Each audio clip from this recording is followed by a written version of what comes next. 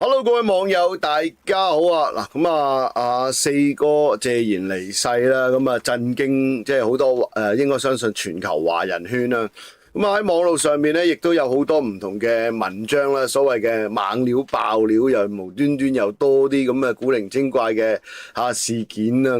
喺內地啦即係非常之多呢啲相關周邊嘅嘢嘅。其中啦，見到一篇文章咧就咁寫嘅：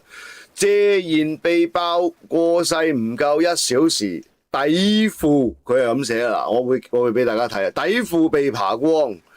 謝霆鋒的回應暴露隱情啊！咁究竟是什麼嗱？咁我哋一齊去同大家睇睇。入嚟俾個 like 支持一下啦吓。因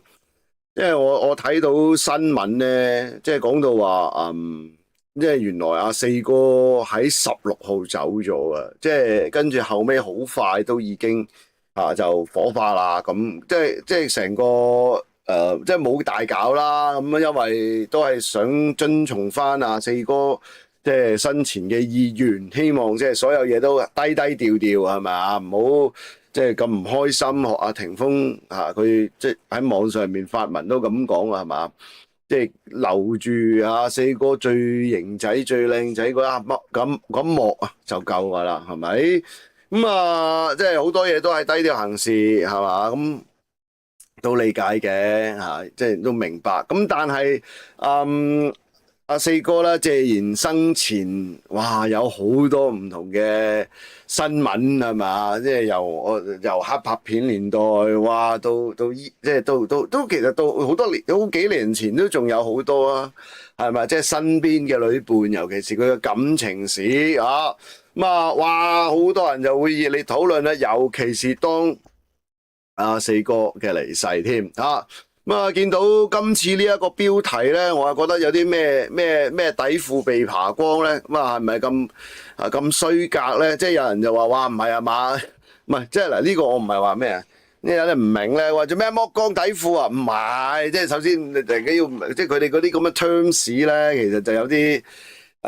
即係好似令人會有奇怪嘅講法啦，簡單啲就係即係一次過將所有嘢咧就俾人咧反轉再反轉咁樣拎咗出嚟嘅。究竟乜嘢事啊？咁樣嗱，咁其實即係我首先講下啦，呢篇文章入邊係咁寫，佢話啦，謝賢被爆過世不到1小時咁呢一個所謂嘅所有嘢咧就俾人咧就拎翻晒出嚟啦。謝霆鋒嘅回應咧，更加暴露咗隱情咁當然啦，其實我記得我自己嘅睇法啦。我首先都要講講，因為我睇到即係當我留意到，因為嗰時係獨家噶嘛，星島佢寫獨家噶嘛，佢話佢哋收到消息啊嘛。咁後尾就真係啦因為阿霆鋒佢哋都出咗 announcement 啦即係但其實我相信各路媒體或者大家都嗰時候都未必咁信，因為即係喂大佬呢啲嘢好容易炒車嘅所謂嘅亦都有好多所謂嘅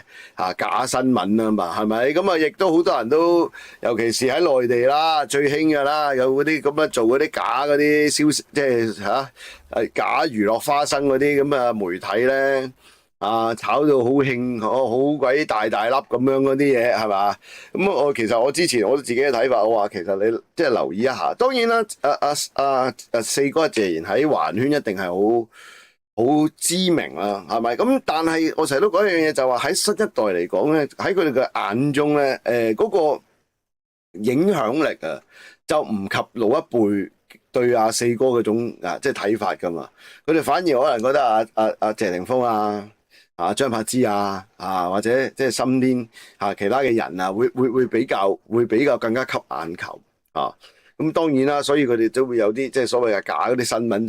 走去搭咁樣搭單咁樣搭落去，成件事都係會比較即係令到大家會哇好震撼咁，但係通常呢啲都係即係吹水唔抹嘴嘅嘢啦好啦，即係究竟係乜嘢咧？咁我即係我就。即係睇過好多即係入邊嗰啲文章咧，其中一樣嘢咧，其實就係想講咧，就話啦，一代貴為一代港產片嘅標誌性人物啊！阿四哥做咗成世戲，大家對於佢嗰個啲角色尤其是啱啱我都話啦，世界盃咁啊世界盃其中一個即係焦點就係美斯阿根廷阿強雄佢演個角色係咪？咁啊好深入民心喺呢個少林足球上面咁。覺得哇，真係演活咗成個角色啦咁亦都陪住好幾代，即係無論青春一代啦，我哋嘅上一代再上一代都好啦咁尤其是對老一輩嘅影迷嚟講，都係一個遺憾嚟嘅。咁但係啦，喺內地嗰種發酵嘅咧，係超乎你我嘅想象嘅。咁啊，更加啲人咧就開始揭佢啲嘢出嚟，即係講緊阿謝賢四哥揭翻嗰啲舊時嗰啲嘢啦咁其中一樣嘢啦，就話由消息開始咗之後咧，喺內地嘅網絡上面咧，唔夠1個鐘四哥過去嘅感情史咧，就被好多網民咧就哇即係翻箱倒籠係嘛，全咧就喺度扯晒出嚟講啦。所以點解佢哋叫做被扒光，甚至乎即係咩頭先講咩嗰個咩底褲係咯，底褲被扒光，我覺得即係呢啲咁嘅講法都唔係好尊重係咪啊？即係當然，我覺得喂，你話阿四哥感情史好多女伴咁呢個係佢啫，咁佢喂又有啲咩問題啫？係咪先？咁你唔即係當然啦，好多人就會覺得哇，身為一位公眾人物啦，咁嗰時候乜咁，即係有人咁講，就好似即係由佢後生幾段戀情到佢後尾最後嗰位係咪叫 Coco 我記得咁更加咧就話啦，所有 detail 位咧就俾人擺上台面即係所謂嘅擺咗上去網絡層面上面啦一點一滴咧都完全係毫無剩低咁當然啦，即係其中一樣嘢就係即係有人就關注啦，同阿迪波拉啦咁嗰段婚姻啦，係咪後尾就離婚收場啦，係嘛？咁其實後尾之後跟住又同阿 Coco 嗰位即係比阿四哥謝賢後生好多年嘅，係咪？即係又傳出又話咩即係而家又俾人拎翻出嚟講啦，又話咩2000萬掟煲費啊嘛之類嗰啲嘢啦。咁其實嗱，你問我我哋睇咗咁多唔同嘅即係新聞四哥嗰啲感情史咁即係好多人就拎翻出嚟去數佢啦咁當然就有好多唔同嘅年份啦咁但係後尾即係亦都係展現到人就覺得其實四哥都係一種風流係嘛即係甚至乎有人覺得佢係好似好貪玩喺感情上面都企唔定咁樣咁最耐嗰個我哋都未出世啦就嘉玲同謝賢同嘉玲拍拖7年咁後尾就因為一個想結婚一個唔想啦咁就離開咗啦。咁更加同蕭芳芳啦蕭芳芳擦出愛火啦咁其實即係調翻轉啦，其實你話將呢一啲感情史爬晒出嚟，係咪想即係叫做去數臭人哋咧我又覺得即係如果你睇翻我自己嘅睇法啫無論其他媒體嘅報道又好，或者你睇下佢哋啲感情史嘅報道都好咧，其實你話喂處理得唔好咩？我又覺得唔係喎。呢個頭先講阿蕭芳芳啦，同阿謝賢四哥一齊咁因為講到阿蕭芳芳好好學嘅，咁阿四哥就即係嗰啲及時行樂嘅，係咪好吃喝玩樂派嚟嘅，好享受型嘅。咁大家都嗰個喂理念南轅北轍咁樣，其實即係都冇，即係都唔係match到所以其實四哥所以都唔想耽誤蕭芳芳嘅，佢自己都結束，即係後尾就算啦，唔好一齊咁1年啫嘛。咁呢一個就真係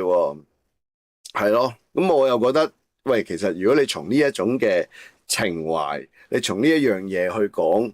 係嘛？即係你話要去哇，拎出嚟去講咁樣係嘛？圍住佢嗰啲感情議論紛紛咁樣，我又覺得都唔有人就覺得佢係風流嗱。其實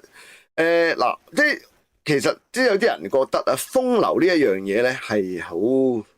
因為有啲帶啲貶義嘅，風流而不下流。即係有時候風流才子又有乜乜乜都有噶嘛，係咪？即係風流其實唔係一個，我覺得唔係一個即係好貶義嘅 terms，但係其實有啲人就會將佢咧去視為一個貶義嘅嘢嚇。咁其實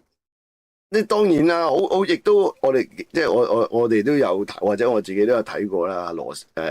即係講緊謝賢四哥嗰啲角色啦，係咪？咁其實佢都係噶，喂，好有型噶嘛，大佬行出嚟瀟灑噶嘛，公子哥兒嚟噶嘛，係咪？即係你要有翻咁嘅氣場，有翻咁嘅性格，當然啦，即係呢佢都係有啲演活咗自己啦嚇。咁喺你話感情史上面，佢算唔算係好即係好似呢啲咁嘅標題咁樣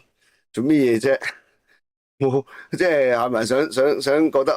要數臭人哋啦？咁我又覺得冇必要，同埋真係唔係咯，係嘛嚇？咁你有好多人，你問我啦，嗰啲感情史咪仲亂晒龍，仲更加處理得唔好，係咪啊嚇？咁你話喂唔係喎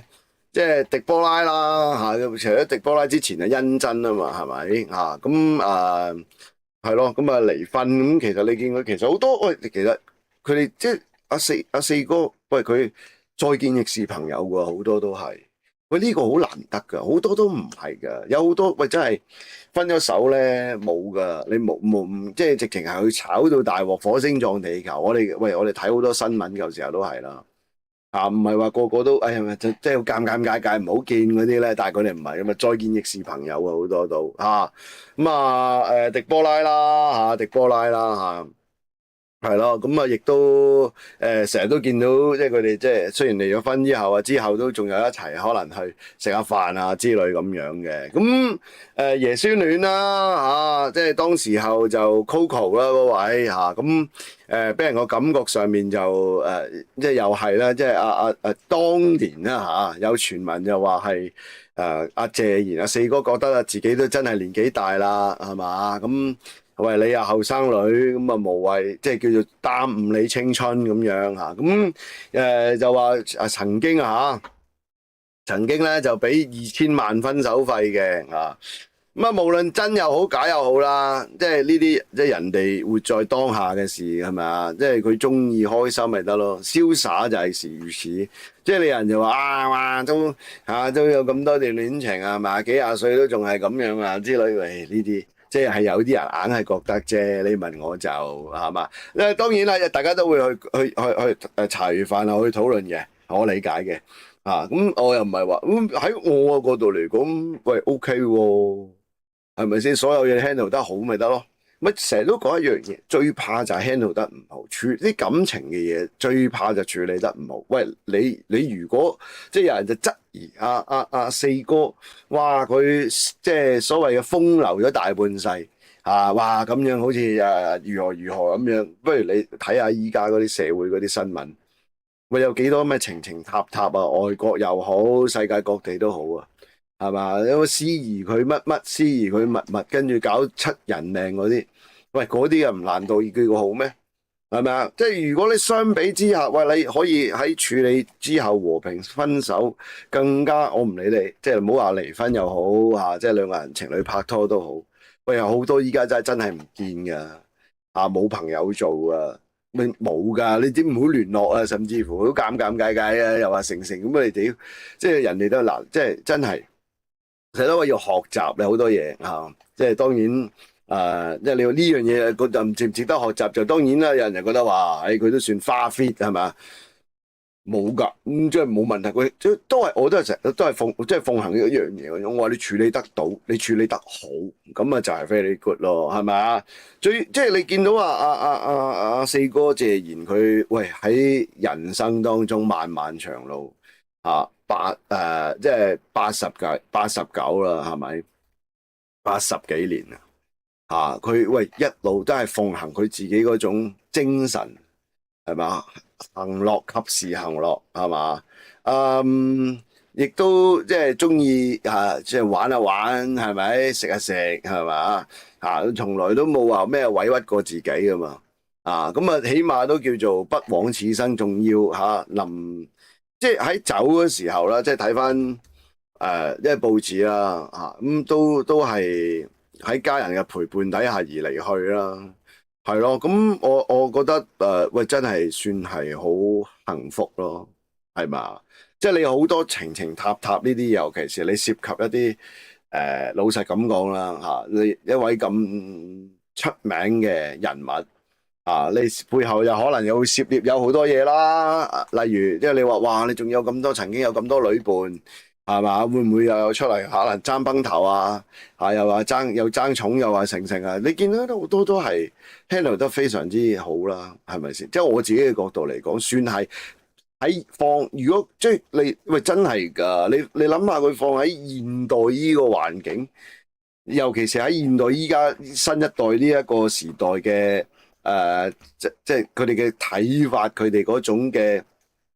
觀念啊，感情嘅觀念，真係偶像嚟噶，呢啲真係偶像級噶，哇！即係玩得啦，係嘛？咁即係亦都係好灑脫嗰啲啦，啱咪一齊，唔啱咪唔係和平分手，哇！真係喺某個程度上面 handle 得好，我成日都講唔好話淨係感情事。即係你從呢一樣嘢再放喺其他即係其他嘅位置上面，生活上面嘅細節嘅嘢，喂，其實都係好難得噶。你喂，無論得好唔得都好，你最緊要處理得好，係嘛？之後哇，跟住落嚟嘅嘢，哇，全部都係冇咩手尾跟嘅，咁你都已經喂真係托賴啊，係嘛？所以你話啲媒體啦過咗去到即係89即係咁一位，即其實都係非常之長，即係算係真係噶。你人生70古來稀啦嘛，係嘛？89年咁離世都明嘅，因為病肺炎就完結咗佢精彩嘅一生。咁但係背後亦都見到有好多，即係睇翻啲報紙報道，有家人嘅陪同係嘛？即係喺一個咁，即係話你話情史咁多嘅人裏邊，你最後都係喺至親嘅人陪伴底下離去咧，其實都係一種福氣嚟嘅。所以即係唔好，我又唔係好中意嗰啲媒體咁寫啦即係我自己覺得就喂，屌你真係人都走咗啦。係咪啊？咩底褲被扒光，我覺得呢啲真係咯，好鬼奇怪啦咁呢一種嘅瀟灑哲學啦咁其實阿謝賢都有講過嘅，四哥都有講過嘅，人可以風流，唔可以下流，唔係下流，即係有啲，所以我咪話咯，人有好多人唔明啊，即係佢哋對於感情呢一樣嘢，佢哋咧或者甚至乎嘗試去學人玩感情咧佢將風流同下流嗰兩樣嘢係跌埋咗。係喂，你風流唔係你唔係鹹濕嗰啲風流啊，大佬，下流嘅賤格啊嘛，係咪先？人不風流枉少年啊嘛，咁其實都係瀟灑嗰樣嘢咯，唔一定係同你個樣嘅，係咪？當然你話哇，我有佢咁，即係你有佢咁高大，有咁靚仔咁唔代表你可以喂你就要下流，你又要風流嘅。咁呢個取決你自己嘅能力咯，係嘛？但係你即係當然有人可以即係叫做唔好話學係嘛，即係你可以處理得好好地嘅，冇問題啊！我相信到一代嘅傳奇落幕，咁其實當然我都明嘅，有好多嘢即係叫做可以令到大家即係叫做去茶餘飯後去理解啦。咁但係感情嘅嘢都要睇下自己嘅，係嘛？都唔可以話佢又係咁，我又係咁啦咁今集分享講到呢一度啦，下一節再講，拜拜。